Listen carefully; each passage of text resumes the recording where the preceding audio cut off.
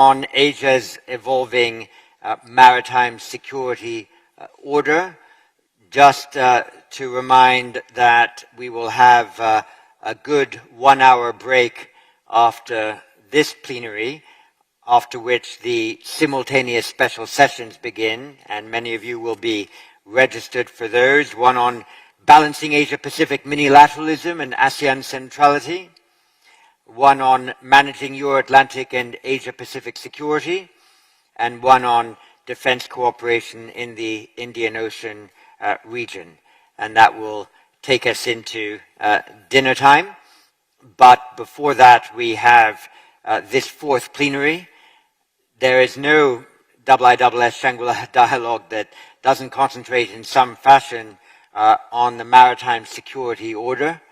And we're delighted to have three different perspectives of that order, from the East Asian perspective, a Northern European perspective, and a Pacific Island point of view.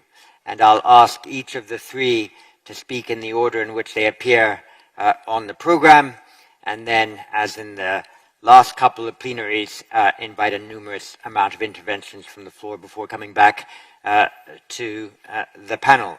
We have a splendid, if I might use the phrase, special relationship with Japan. The IISS has worked with Japan virtually from the first year of its creation in 1958. We will soon produce an Adelphi book that charts the special relationship we developed with Japan. For about 20 years, there were senior and rising diplomats from the Gaimosho that came as visiting fellows to the IISS. We've been delighted to have had two Japanese prime ministers deliver keynote addresses at the Shangri-La Dialogue, and a few years ago we got tremendous support from Tokyo to establish a Japan chair at the IISS to provide an international perspective on questions of defense and security of interest to Japan, and help to ensure that the rest of the world had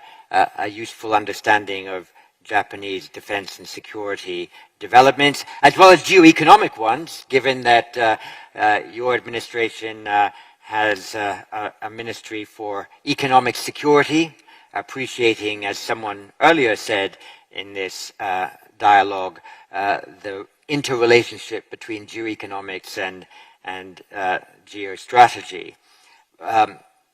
Sweden, we can also count on having had a very long-standing relationship. When Carl Bildt was Foreign Minister of Sweden, we hosted a major ISS members conference in Sweden. We've had many researchers and analysts from Sweden in the IISS ecosystem. And so for us, it's really excellent that we have Mr. Pal Johnson, the Minister for Defense of Sweden, with us today, a country that is waiting to see if in the next 5 or 6 weeks it is able formally to join the NATO alliance, having abandoned 200 years of formal military non-alignment, faced with the challenges on its frontiers that so many are now seeing. And for the second year in a row, we have a senior representation from the important Pacific island state of Fiji, Piotiko Dwada, the Minister for Home Affairs and Immigration. In the conversation we had just earlier before this plenary began, I promised him that we would work more widely with the Pacific Island states to ensure that a stronger cohort of them were present here at the Shangri-La Dialogue. And in fact, we are hoping at the IISS to be able to develop a medium-sized event that brings together some of the small island states of the Pacific Ocean with some of the small island states of the Indian Ocean to compare their experiences, especially in the realms of climate security and building resilience and sustainability, a national concern of most island states around the world. So with that prefatory introduction that has allowed more people to enter into the room and ensure a good audience for our speakers, could I please invite Hamada-san to take the floor. Thank you very much, sir.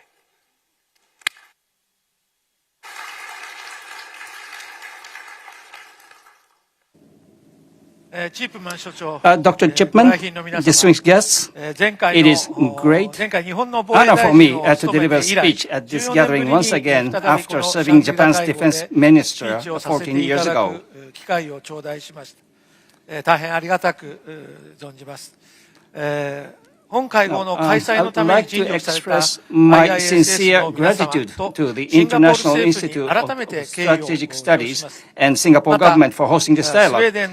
And I'm also extremely privileged to join with the Minister Johnson of Sweden and Minister Tikkaduadua of Fiji.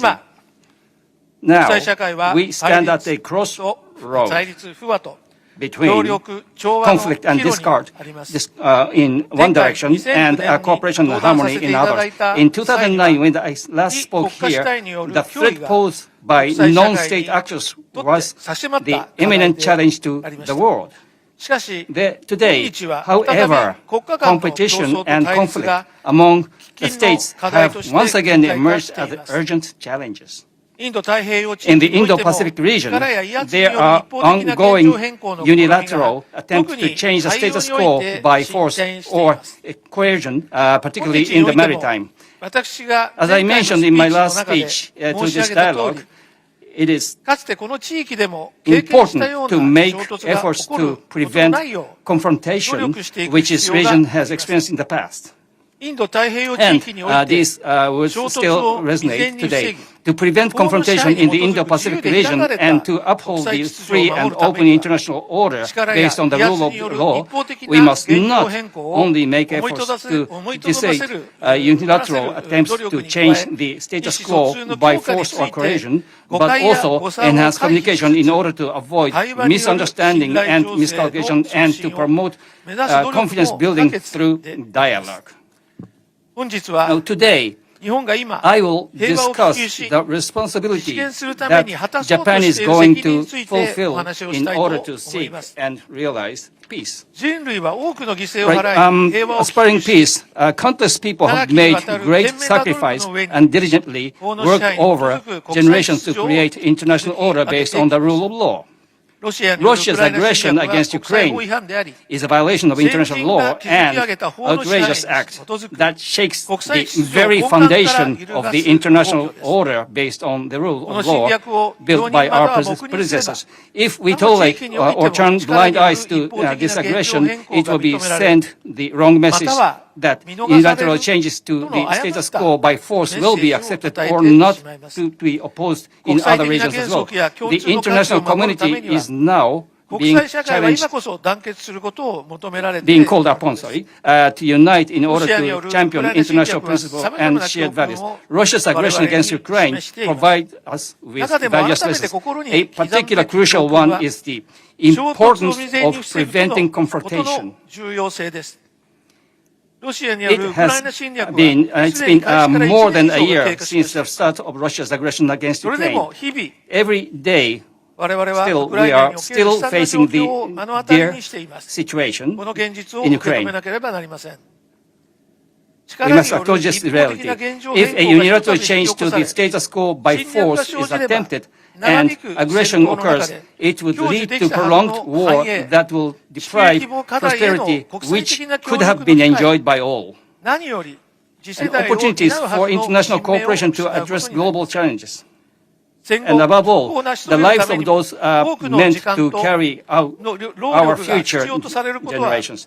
It is evident from the history of this region, overcoming hardship, the significant time and effort would be required for the post-war construction. To avoid repeating this error, it is essential for us to stand united and make concentrate efforts to prevent confrontation in the Indo-Pacific region.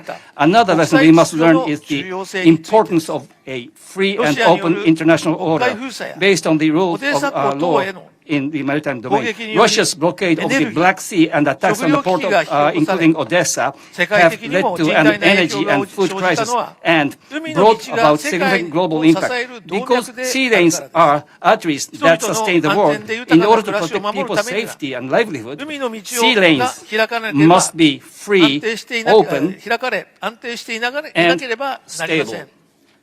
in the Indo-Pacific region, and particularly in the maritime domain, upon which our shared peace and prosperity are founded. The existing international order based on the rule of the law is facing various challenges.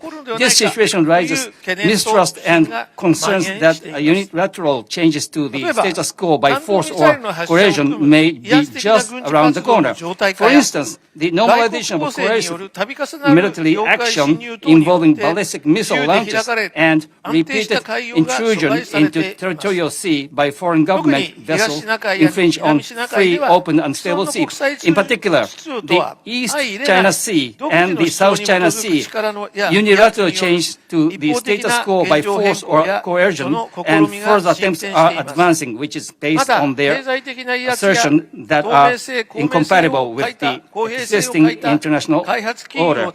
Moreover, the use of the influence acquired through the economic coercion and through the development finance with lacking transparency and fairness can be seen affecting coastal countries at seaways. Additionally, in the underwater domain, such as regarding undersea cable risks, including human errors or international destruction, are becoming apparent. In order to address this challenging security environment, Japan newly formulated its National Security Strategy, National Defense Strategy, and Defense Build-up Program last December.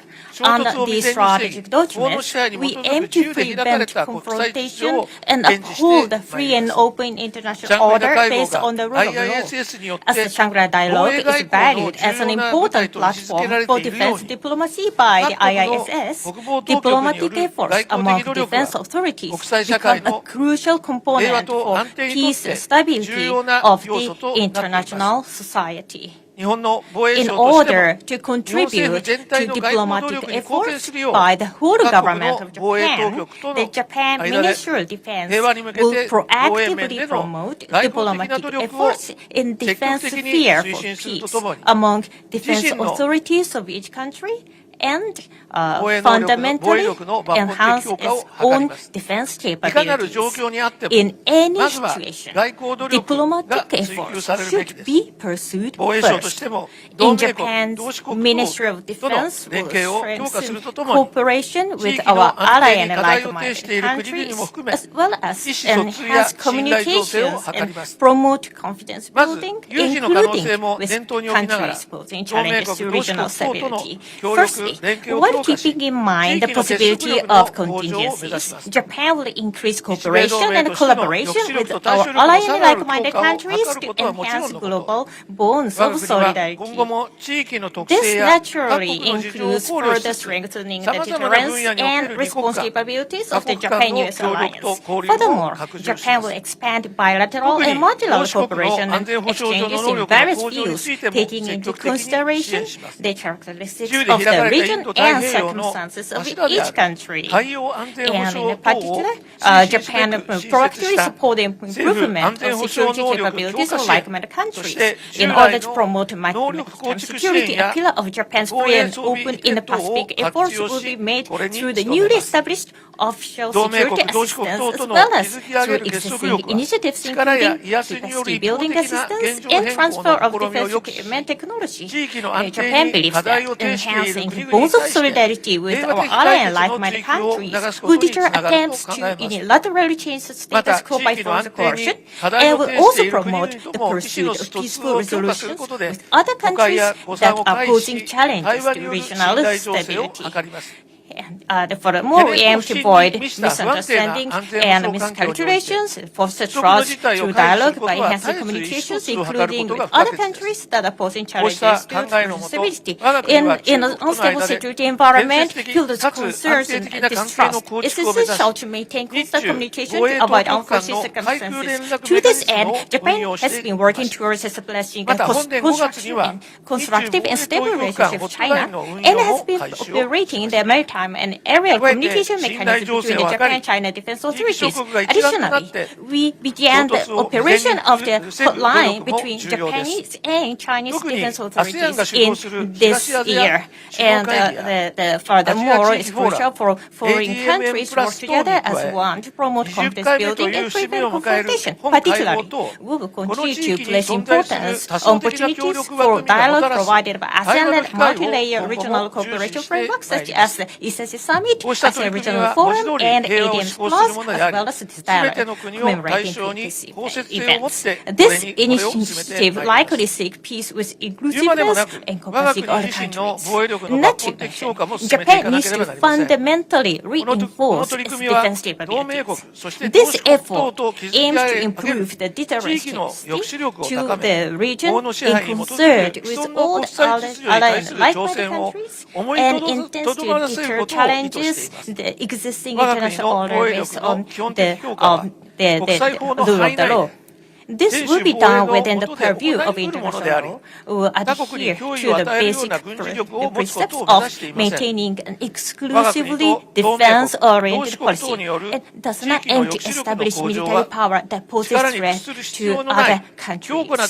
And the strengthening of regional deterrence by Japan and our allied like-minded countries will bring each country a position of strength that does not succumb to force, and indeed will provide a solid footing for diplomatic efforts in order to resolve differences in interests and opinions through dialogue. My message is clear and simple. We do not seek rivalry or conflict. As a nation that genuinely desires peace, we aim to enhance our own and regional deterrence capabilities and promote the resolution to differences in interests and opinions through dialogue. Through these efforts, we aim to prevent confrontation as we experienced in the past in this region and uphold a free and open international order based on the rule of law. At this significant juncture in the history, we must not become despondent. Let us create an era where the year of 2023 will be called as a turning point towards a world of cooperation and harmony and pass it on to the future generations. Thank you for your attention. Thank you very much, Hamada-san, for those remarks and particularly for outlining how you are intending to improve your deterrence and responsive capabilities. That naturally requires an increase in defense expenditure.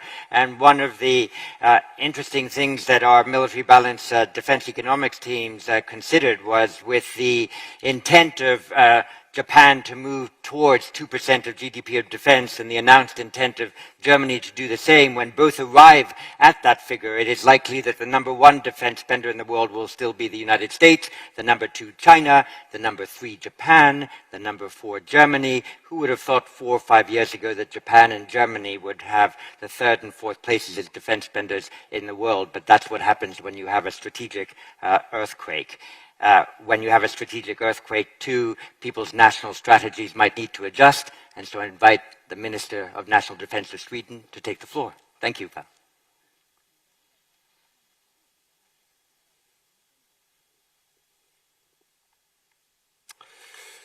Your Excellencies, distinguished guests, ladies and gentlemen, it's a great honor and a great privilege to be attending my first Shangri-La dialogue and to do it in such a distinguished panel. So I greatly appreciate that opportunity.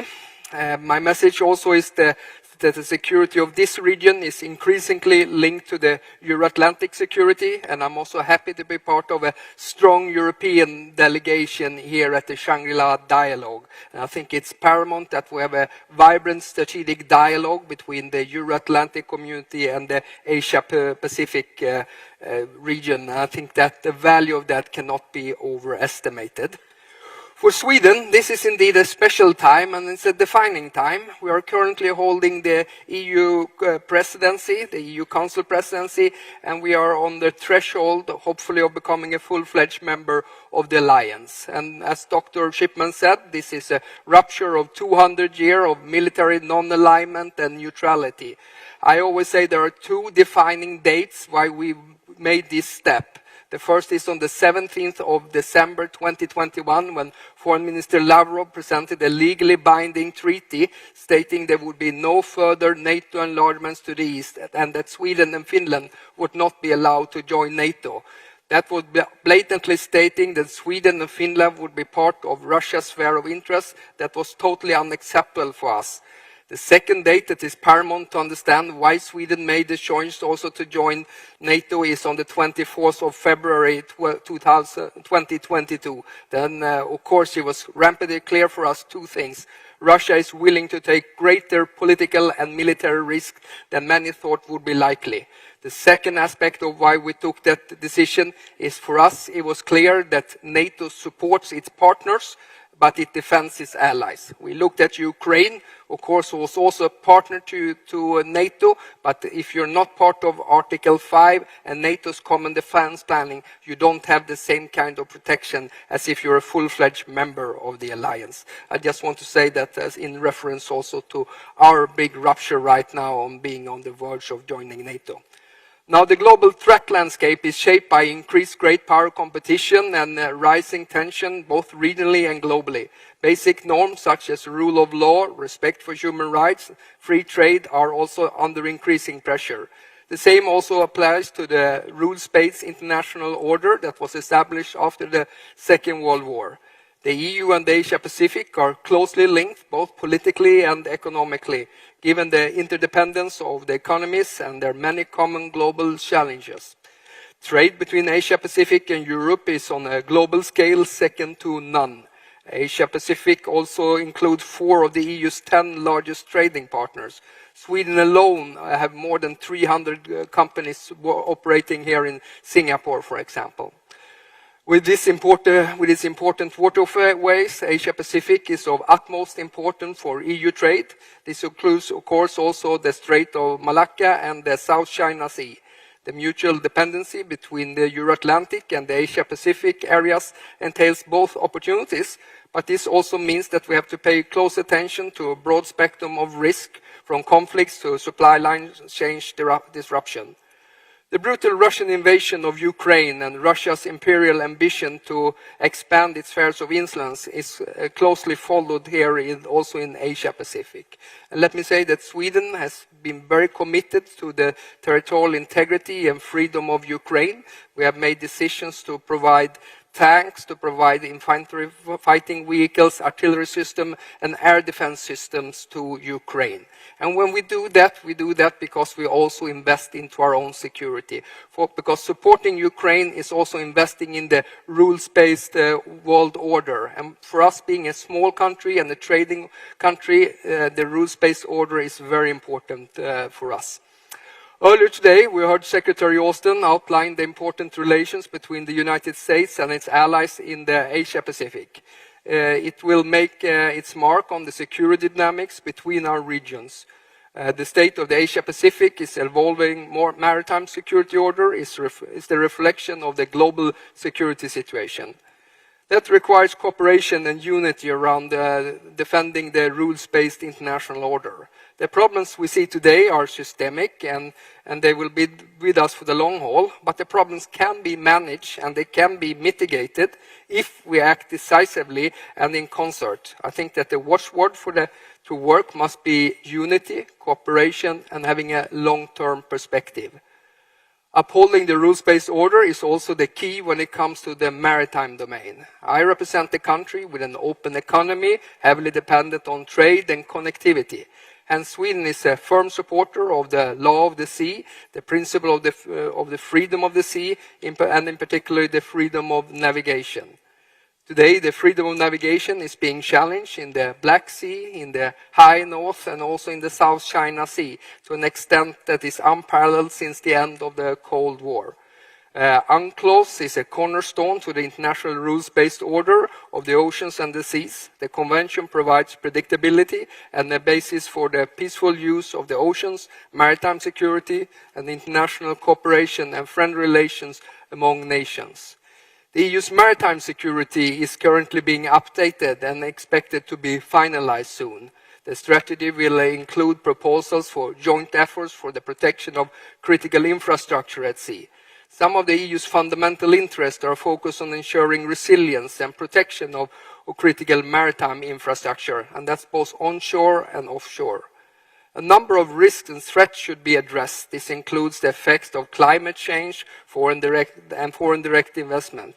This could be done by promoting information exchange and surveillance of critical maritime infrastructure, including undersea cables, as well as on ships and port security. We are all dependent on marine infrastructure on the seabed. Our houses are heated or cooled by energy from the pipelines. Our electricity passes cables on the seabed, and our access to the internet relies on signal cables on bottom of the sea. These resources are difficult to protect, not at least due to the vast distances of the ocean. The sabotage of Nord Stream 1 and 2 pipeline in the Baltic Sea in 2022 made clear that we need to step up work on protecting infrastructure in the maritime domain. This is of utmost importance, but at the same time also very difficult to do. An incident in one country's maritime domain highly affects the other countries around the globe. In the work to increase the protection and surveillance of maritime infrastructure, and understanding of all the movements at sea is crucial. For this, I think it's really crucial that we enhance maritime domain awareness, and I think that's the key. Given the distances, the challenging environment, and the transnational nature of the threat, it's crucial that the countries work together to successfully handle maritime security. A good example of that is the Horn of Africa, where several multinational constellations counter threats, such as piracy at sea. Maritime security has global implications, and it's not just a matter for neighboring countries. And that's also a reason why Sweden has been part of Operation Atalanta since 2009. Operation Atalanta is imperative for the protection of sea lines of communications, which are important for transporting goods and protection of the World Food Programme transports. It's a matter of a cost-effective, non-duplicating cooperation and the creation of a common understanding of the maritime security landscape. Finally, I would just like to point out 3 areas where I think that Sweden and the EU can make a difference to strengthen the ties between the Euro-Atlantic area and the Asia-Pacific. First, we must work in concert with the United States and Canada and other partners around the globe. Close transatlantic coordination and partnership with like-minded countries in the Asia-Pacific is crucial for our common maritime security. That brings me to my second conclusion. The EU and the Asia-Pacific partners face increasingly similar security challenges and threats. It's essential to cooperate and build partnership. We attach great importance to the deepening partnership in the region for shared security, connectivity, and sustainability. The recent successful Indo-Pacific Ministerial Forum in Stockholm was a concrete manifestation of this. Regional cooperation in formats like ASEAN are really crucial. For the EU and NATO, cooperation with Asia-Pacific is becoming increasingly important. It concerns, for example, the EU strategy for cooperation with Indo-Pacific. NATO cooperation with partner countries in the Asia-Pacific forms an important part of NATO's 2030 agenda. This forum of cooperation ranges from safeguarding rules-based international order and increased maritime presence to secure trade routes and to address hybrid threats and eliminate other climate threats. Since long, Sweden contributes to security in the region in concrete ways through our substantial defense cooperation, especially when it comes to underwater capabilities and air defense and sensor systems with many countries in the Asia-Pacific. In addition, Sweden can offer expertise when it comes to the total defense concept, something we worked along with together with Singapore, where we have competences when it comes to hybrid threat, disinformation, and cyber. And here we believe that we have a mutual interest in deepening cooperation with our partners. Sweden also takes it seriously our contribution to peace and stability on the Korean Peninsula. This marks the 70-year anniversary of the NNSC mission, where Swedish soldiers have served on the border since 1953. Finally, I would like to highlight 3 areas where the third areas we can cooperate, and I think that's when it comes to innovation and joint capability building in the field of defense, where there is great potential for development. Cooperation on emerging and disruptive technologies is key for achieving this. In many countries in the Asia-Pacific are well advanced, both in terms of civil and military technology, and there is much to be gained from working together, but also building partnership based on common interests and technology transfers. To sum up, my message is that the security between our regions is increasingly interlinked, and we must deepen our partnership. Thank you very much.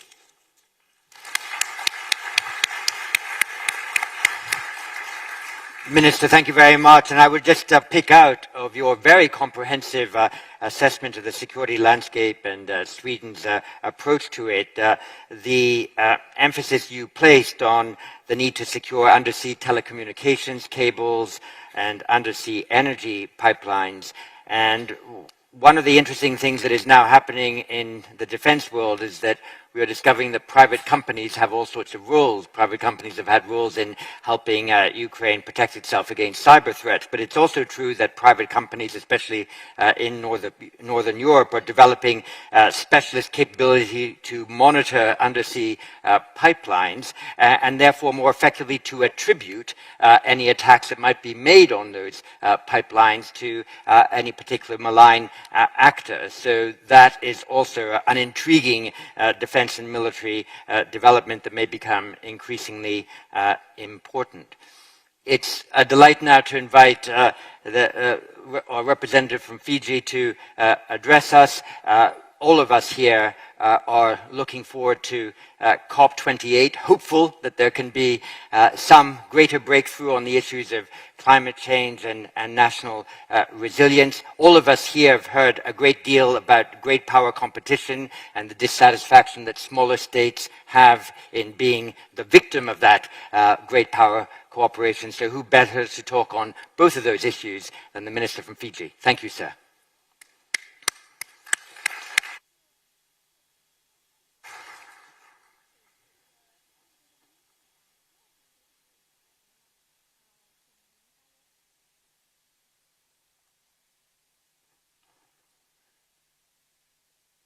Bulavinak, and a very good afternoon to you all. Distinguished leaders, government ministers, senior officials, business leaders, and security experts. I thank Director General Dr. John Chipman for the excellent task in moderating this plenary. Also to the previous speakers, and an absolute pleasure to share this forum with you both. Thank you.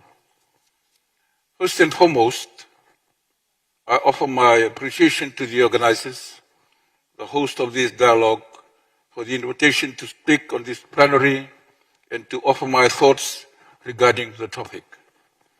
I was asked to speak about the evolving maritime security order in the Asia-Pacific. First, may I ask, maritime security for who? Naturally, as a Fijian, I care most about our home, the Blue Pacific. So how do changes in the maritime security of the Blue Pacific risk the safety and the security of all our people? The desire to prosper, to enjoy family life, and of course, live with security are values that we all share. To this end, the protection and safety and security of our people is paramount. In November 2022, the world population reached 8 billion people, and 60% of the population are in the Blue Pacific region. This population growth impacts resources and on socio-economic development and also on security. We in the Pacific are an ocean people. Our food and economic security is irreducibly tied to our maritime security. As small players in the global system, but large ocean states in our right, we envision our Blue Pacific to be a zone of peace. Our ocean are the maritime highway through which nearly two-thirds of the world's trade transits. The well-being of all countries is dependent on goods and commodities flowing freely, safely, and unhindered across our Blue Pacific. Connecting countries, connecting people to markets, and realizing hope for all of our communities. However, our fish stocks are rapidly disappearing. Our coral reefs are dying, and natural ecosystems are sustaining long-term damages driven by illegal fishing, environmental biodiversity degradation related to climate change. Prime Minister Albanese commended this forum as an opportunity for constructive but frank discussion. He said that the prosperity and security of our region is a collective responsibility. I could not agree more. Indeed, when the Blue Pacific is secure and sustainable, we make an outsized contribution to the collective security of all of our planet. Securitizing and maintaining peace for our ocean wealth guarantees our common wealth. As the Prime Minister said, this task must be a collective responsibility, our current obligation to return to our people their future prosperity. The marine resources are what we share. The sea is not only a major contributor to the global economy, it sustains the daily livelihoods of the world's people. As mentioned by Prime Minister Albanese in his keynote address, Fiji is also thankful that our Pacific Islands Forum is unified. This unity is a precondition for dialogue, and such dialogue is precondition for collective security. For many years, Fiji and other Pacific Island nations have advocated at global platforms about the challenges that we are facing. And yet, each year, the trends of climate change and its related impact on food, water, health security continue to accelerate. Fiji and the Pacific are thankful for those nations who partner with us to ensure the Blue Pacific's Commonwealth. With the multiple global crises we face, we need the community of nations to listen and act. This is our collective responsibility to our future and the future of our future generations. In our Blue Pacific continent, the ocean is our livelihood. Our forefathers traversed the sea without fear. To them, the oceans connect the islands. Now we must all connect as the Blue Pacific Ocean connects us for prosperity and peace, not only in our region, but in the world at large. Today, our maritime space has become part of strategic power competition, not only for the marine resources, but over leadership of the Blue Pacific, the Asia Pacific, or Indo-Pacific, depending on who you ask. This vast ocean area, spanning from the northern to the southern hemisphere, has drawn the attention of powerful nations. Geopolitical tensions and rivalries across the globe are spilling into the Pacific region, my island home. While some nations are in disputes over their maritime boundaries, we in the Pacific risk being left with nothing even to dispute over. International engagement in our region is more intense than ever. Never before has the rate of engagement ever been so high. These engagements must be meaningful and beneficial for small island nations of the Pacific like Fiji. On the geopolitics of maritime security, I and my other Pacific colleagues are told not to pick sides. However, we, as small island developing states, we need to consider our own security and development first. While the intense competition in my region and the race for global leadership may well threaten our collective maritime security and stability, more pressing for the Pacific are the ramifications of maritime threats such as climate change, illegal, unreported and unregulated fishing, transnational crime, and nuclear threats. We are in an endurance race for survival. However, we are resilient in our collective vision of identifying pathways to address climate change and disasters, peace and security, the ocean and the environment, which are all enshrined under the 2050 Strategy for a Blue Pacific Continent. This strategy calls for regional responses to be developed the Pacific way, which is through consensus, respect for sovereignty, and collective action. Whilst our concerns may vary from country to country, what we can agree on, for most of us here sitting in this room, is that maritime and climate threats, if left neglected, will be a loss for us all. Now, when you come to Fiji and the Blue Pacific region, first think about the maritime security of the region you are in. Should you come for dialogue, do not just talk. We need action now to ensure collective prosperity for our islands and our people. This is an essential approach to address global challenges and ensure the sustainable development of all of our people. I thank you.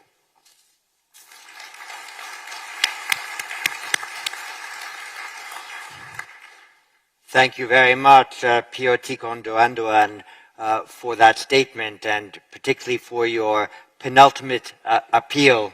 Should you come for dialogue, please don't just talk, and we'll do our best to try to translate good talk into constructive action. I'll take about 8 or 9 interventions from the floor, and then we'll come back for each of our panelists to respond to those. I hope it isn't too solipsistic to ask first our IISS Japan chair, Robert Ward, to ask the first question. Thank you, Robert. Thank you, John. 2 questions, if I may, for Minister Hamada. The first is, in Japan's new national security strategy, there was a strong emphasis on strengthening Japan's defense industrial base. Where do you see the immediate priorities for achieving this, with particular reference perhaps to Japan's defense firms? And second, given the welcome recent improvement in Japan-ROK relations, where do you see the most productive areas for bilateral cooperation in the area of security? Thank you. Thank you very much. And from Singapore, Jia Yang Chong. Thank you. So my question is for Minister Hamada as well. You talked about deterrence in your remarks. However, deterrence, as we know, requires both credible assurance and credible threat. And there needs to be a calibration of both as in a highly dynamic situation. How do you propose that Japan puts forward sufficient threat and sufficient assurance such that we don't get a spiraling of uncontrolled security dilemma, or that deterrence is ineffective? Thank you. Thank you very much. And perhaps now I'll turn to a green parliamentarian from the European Union and from Germany, Reinhard Buttifocker. Thank you, Dr. Chipman. I have 2 questions to the Swedish minister. First, Minister, you reminded us that in 2021, Russia signaled its intent to extend its sphere of interest even beyond Ukraine, including Sweden and other countries. Against that backdrop, how do you respond to proposals that would cement Russian imperialist conquests in Ukraine? Could such politics help European peace? And my second question, what should the EU contribute, in your opinion, to the defense of stability and deterring of use of force to change the status quo across the Taiwan Strait? Thank you. Thank you very much. And from Brunei, Asura Saleh. Thank you very much. This question is directed to the Fijian minister. In your opinion, how would you balance Fiji's defense and foreign policy as a small Pacific island state amidst increasing major power engagement with existing lacking basic maritime law enforcement capacity gaps within Fiji? Thank you very much. And from China, Daipeng Chi. My question to the ministers from Japan and Sweden. I'm glad to hear that you said Japan wants stable relations with China, Minister. My question is that in Europe Atlantic region, we have seen the NATO expanding, tried to contain Russia. But this way did not work. As one consequence, and then the Europeans have got a war in Ukraine. Now in Asia Pacific, the US and its allies, including Japan, seems to follow the suit, try to contain China. So have you ever thought that whether this way of containing itself is a problem or it's a kind of failure proved by the war in Ukraine? Thank you. Thank you. And from the UK, Bill Emmett. Thank you, John. Well, perhaps I will disappoint our Chinese friend by asking a question also of Minister Hamada about force posture within the Japanese defense plans. There has been an enormous amount of understandable interest in your national security strategy and in the defense spending plans, but a key part of that, particularly which is pertinent to how quickly you will have a deterrent effect, is about how you deploy your forces.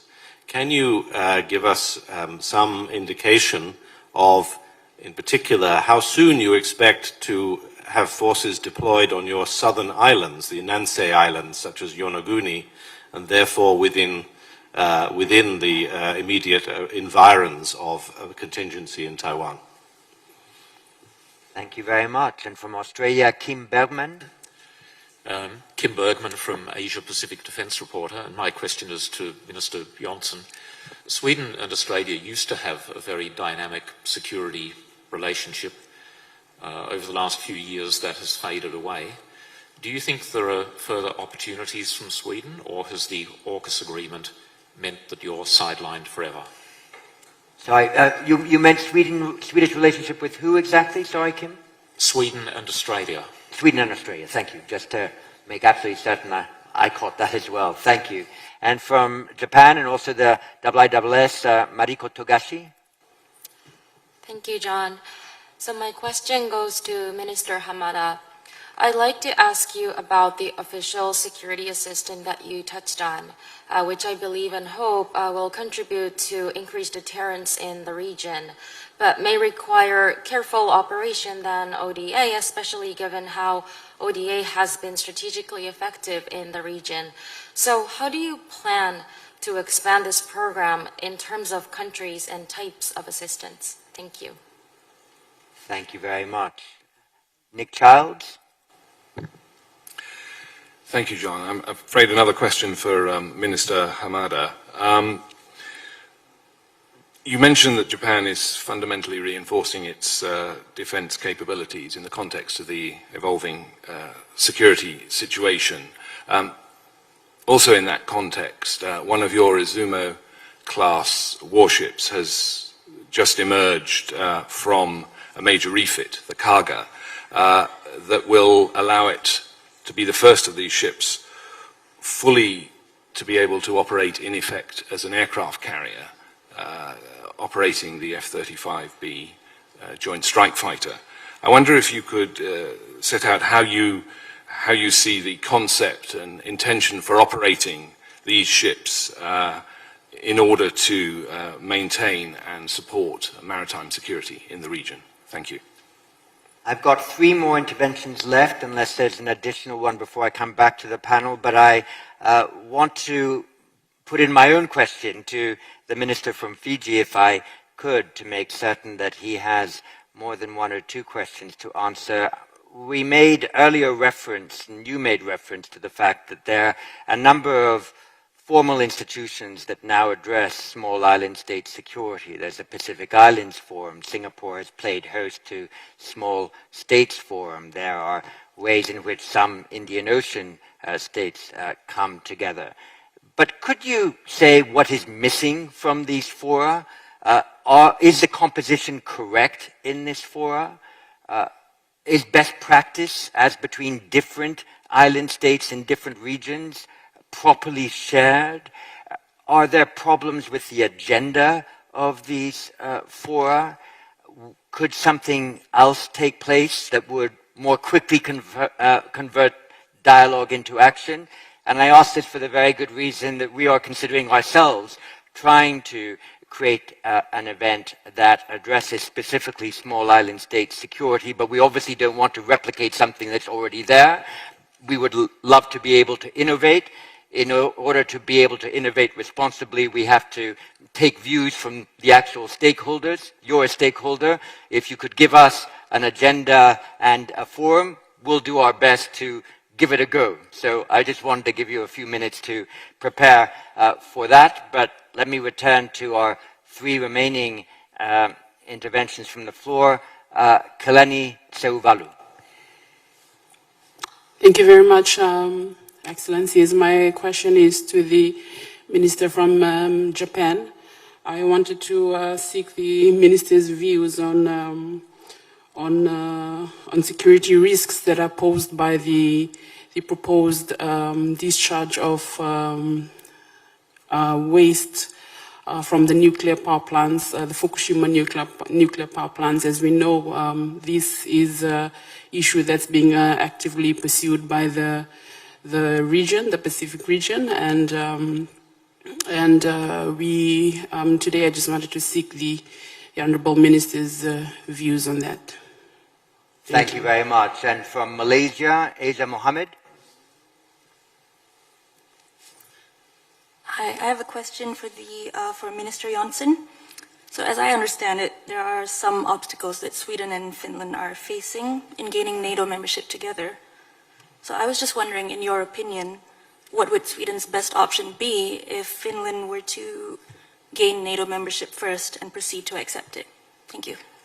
That's something under active consideration because Finland has acquired NATO membership first, even though both countries would have preferred to move in lockstep, and Sweden only amongst the present formally applicant states remain outside waiting for the Hungarian and the Turkish parliaments to ratify their accession. But it would be very useful to hear from you, Paul Johnson, what strains have been placed on Sweden by having been left out of the duet, as it were. Yuka Koshino. Thank you, John. My question is also for Minister Hamada. So one element of Japan's effort to fundamentally reinforce its defense capabilities is to adopt emerging technologies, including AI. As in terms of AI governance, as this year's chair of G7, Japan, for instance, initiated the Hiroshima AI process to enhance AI governance, especially in the realms of generative AI. But as militaries around the world rapidly adopt AI, we are also seeing developments of global forums to discuss AI governance and regulations in defense, not just for security, but also to promote defense innovation. So could you tell us how you hope to contribute to the regional and global coordination on AI regulation and governance in the military domains for both security and defense innovation? Thank you. Thank you very much. So the agreement I've arrived at with at least one of the participants here is that we will begin the answers about 3 minutes for Paul Johnson. Then we will move to Hamada-san, who has quite a challenge.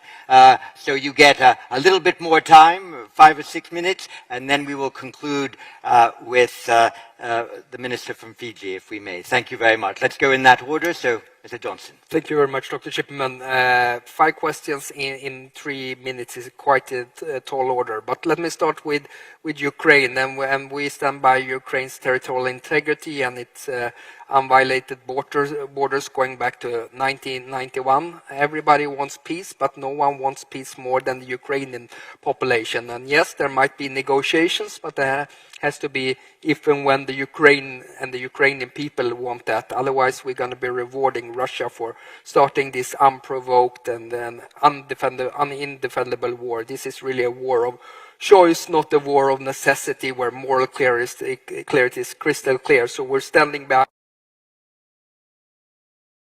That's how.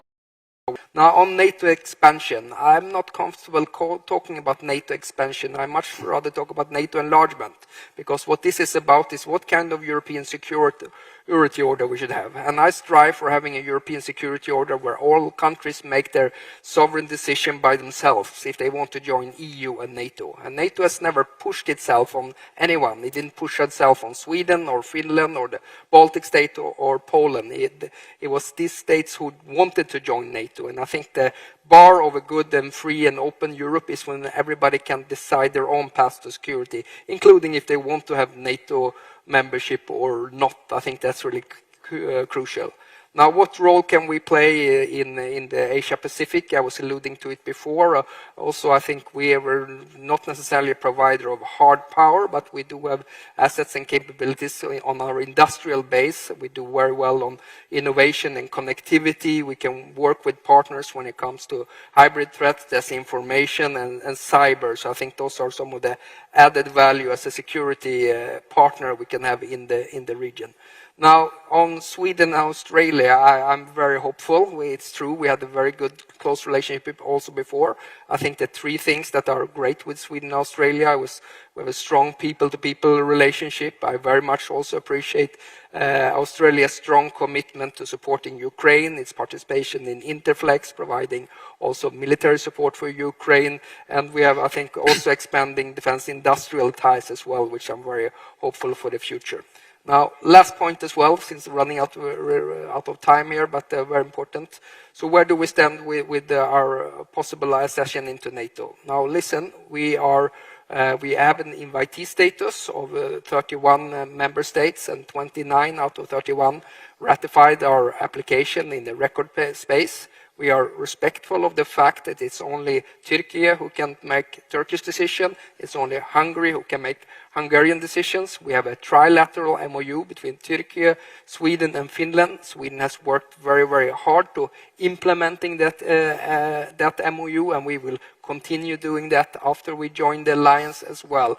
And we're very hopeful because we feel that they would make good sense also for NATO to be, that we can be a security provider inside the alliance, because it's going to strengthen and consolidate the whole northern flank.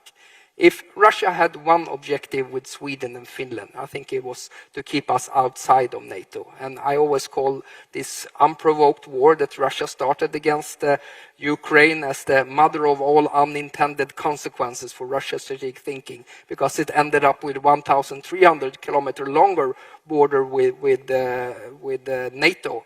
But that's what happened when they tried to limit our freedom of choosing if we should join NATO or not. Of course, then we saw that Russia perceived Sweden to be part of its sphere of influence, and then it would be more sense of urgency for us to join NATO. I'll stop there. Thank you. And if I might add also for the questioner one short thing to read, it would be your Prime Minister's article a few days ago in the Financial Times, when he described one of the results of that trilateral cooperation being a modernization and renovation of your counterterrorism legislation in Sweden that was done respectful of the interests of some of the other countries that were expressing some concerns. And I think it's an interesting article to read. Hamada-san. 大変多くの質問をいただいてしまったので、きちっと全部に答えられるかどうかというのは自信がございませんが。I'm not sure whether I can answer to all the questions because I received so many questions, but I think I have very important question that I definitely have to attend to. So the Fukushima, the wastewater discharge, so how to treat the water that contains the nuclear,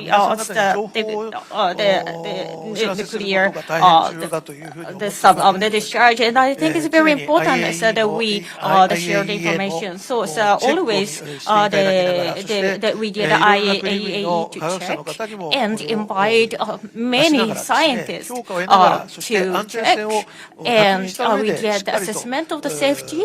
We confirmed the safety, and with the full understanding, we decided to discharge, and we have been building all these activities. And in order to give you the sense of security and remove all your worries, we'll do our very best. And next is about AI. This is very important and the most important issue right now, I think. And for this matter, that we are still at the starting of the discussion, and we will hear a lot of countries' opinions, and it's very, very important to deepen our discussions on the matters that is seen as a problem. And regarding the AI, we will continue the discussion and want to achieve the resolution to the problems. And next is the defense expenses. And so our idea towards security, there are many other issues, many problems in many regions in the world, and the security environment is changing so much. And for Japan to protect ourselves, how much should be in our scope that we have been always thinking about it with the simulation, and we have built up all the information and summed up all the figures, and then we have announced the amount. So if this is the amount that we should be able to manage if we spend this amount, and we have received the instruction from the Kishida to go for this fundamental the enhancement, and we have come out of the 3 strategic documents, and then we are working on it, and in this coming 5 years, so there are some criticism that we are receiving, for example, how to deal with the missile problems and having the counter attack the capability, and some people said it's no point having it, but in order to attend to all these concerns, we have done the thorough review on our defense expenses, and as you know, it's very, very clear, and also it's mentioned in the Constitution that we will never go for we will concentrate, we will focus on the defense alone, exclusively defense, and we believe that by the diplomatic means we will strive to resolve the conflicts. So when we enhance our the defense the capability, still the diplomatic effort is more important. So I think someone asked about the relationship with South Korea. In many senses, the security environment is getting more and more tough in many directions. So it's very important to have a good relationship with the South Korea. Having this in mind, in March this year, so we had a summit with the Japan and Korea, and towards the South Korea and Japan, the security strategy. So we are working on it, and then we are in the major the trend of enhancing the relationship with them. We are striving for the prosperity and the safety of the Indo-Pacific, and we wish to enhance the communication with South Korea. And this the question from China. We are building many collaborative cooperation relationships with many countries. And maybe because of that, the relationship with China is having more tension. But I don't believe so. Each country has its own idea and a value system, and the like-minded countries that share the values cooperate each other, and they set up the security structure. This type of cooperation, the relationship is not about fighting. By having this the mechanism, it's very important to have the understanding of each other. And another one is the defense industry. It's for us in the Parliament. We are having the discussion, and about the content of the discussion, the defense industry. For us, while we are in, we have a lot of restrictions in exporting our defense industry, and with that as a backdrop, how we are going to nurture our defense industry, and some other drafts are submitted to the Parliament, and so there are some support from the companies and the support to the companies, and in the defense industry. Is saying like if it doesn't benefit, if the industry side does not generate any profit, and how the country should support them. So we are in the midst of discussions, and I think it's next week we will have some sort of the result in the aircraft carrier. While it's not the aircraft carrier, it's more of the patrol, it's a defense ship, and it's a better version of it. It's something we are building. So for us, having such things, that we can ensure our safety and security, we have this responsibility to do that. So it's not the aircraft carrier, but having this other defense or the vessel, so that we will still strive to ensure the safety and security of this region. So if I missed any question, I'm so sorry. You did extremely well. Thank you very much, Hamada-san. And could I give the last word to Pierre Tikondoandoan? Thank you, Dr. Chipman. First of all, I'll try my best to, over the short time that I have, to address the two issues raised to me. The question initially by a friend from Brunei, and of course those matters that you have raised with me, particularly with regards to some initiatives for the small island nations. First of all, let me start by saying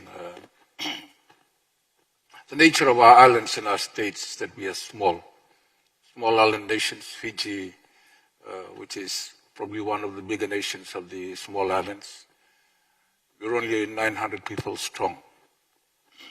And the other South Pacific island nations are even smaller by way of population.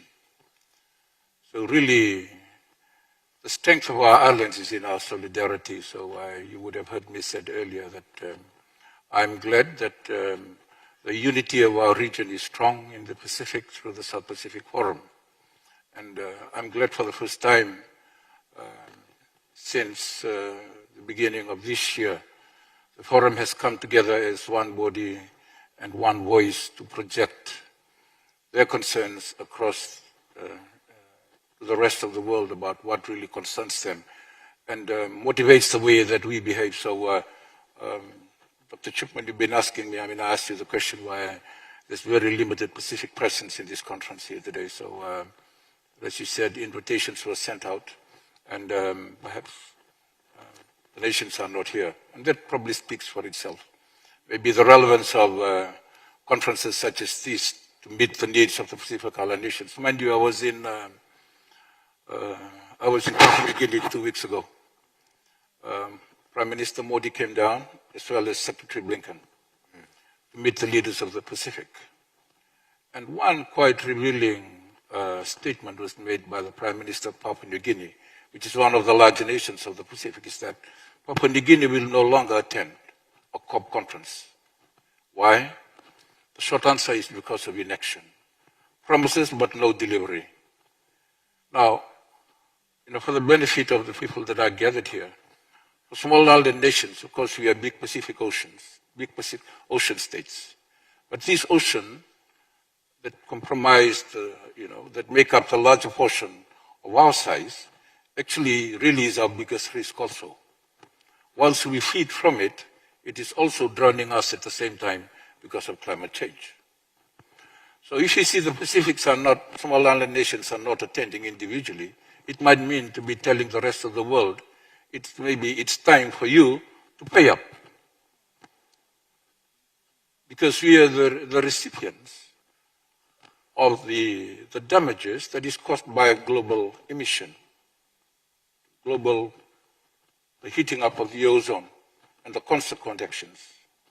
So, and when we live in a region which is now at the center of geopolitics, and as I said earlier, the world superpowers are flying down to Fiji every day, trying to gauge where we stand in the current conflicts up in the Ukraine. Whilst we sympathize with them, it's happening on the other side of the world, and the issues across the Taiwan Strait.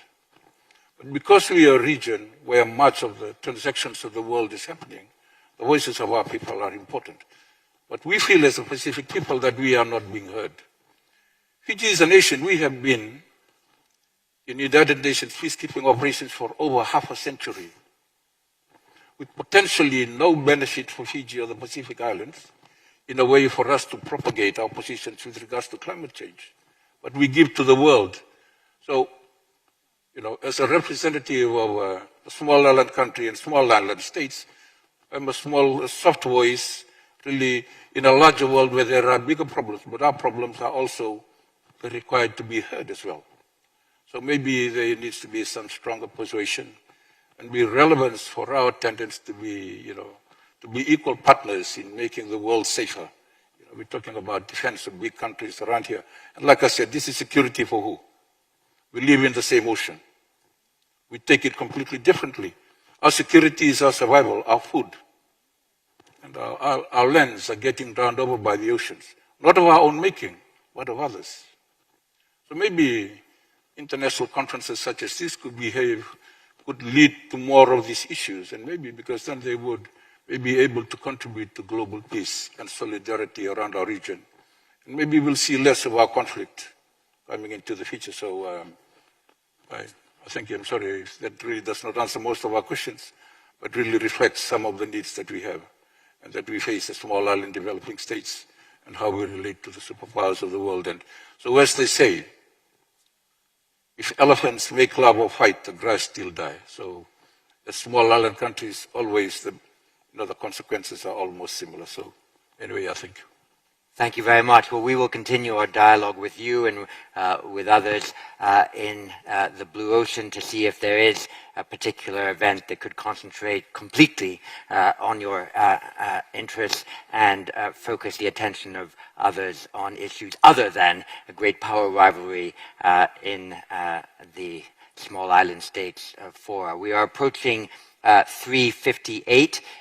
We began this morning at 8:35. We promised to conclude by 1600. I'm within 90 seconds of completing on that promise, but I want first of all to ensure two things. First of all, that you take a very good refreshment break over the next hour and that you distribute yourselves as you like, as between the three simultaneous special sessions that begin at 5 p.m.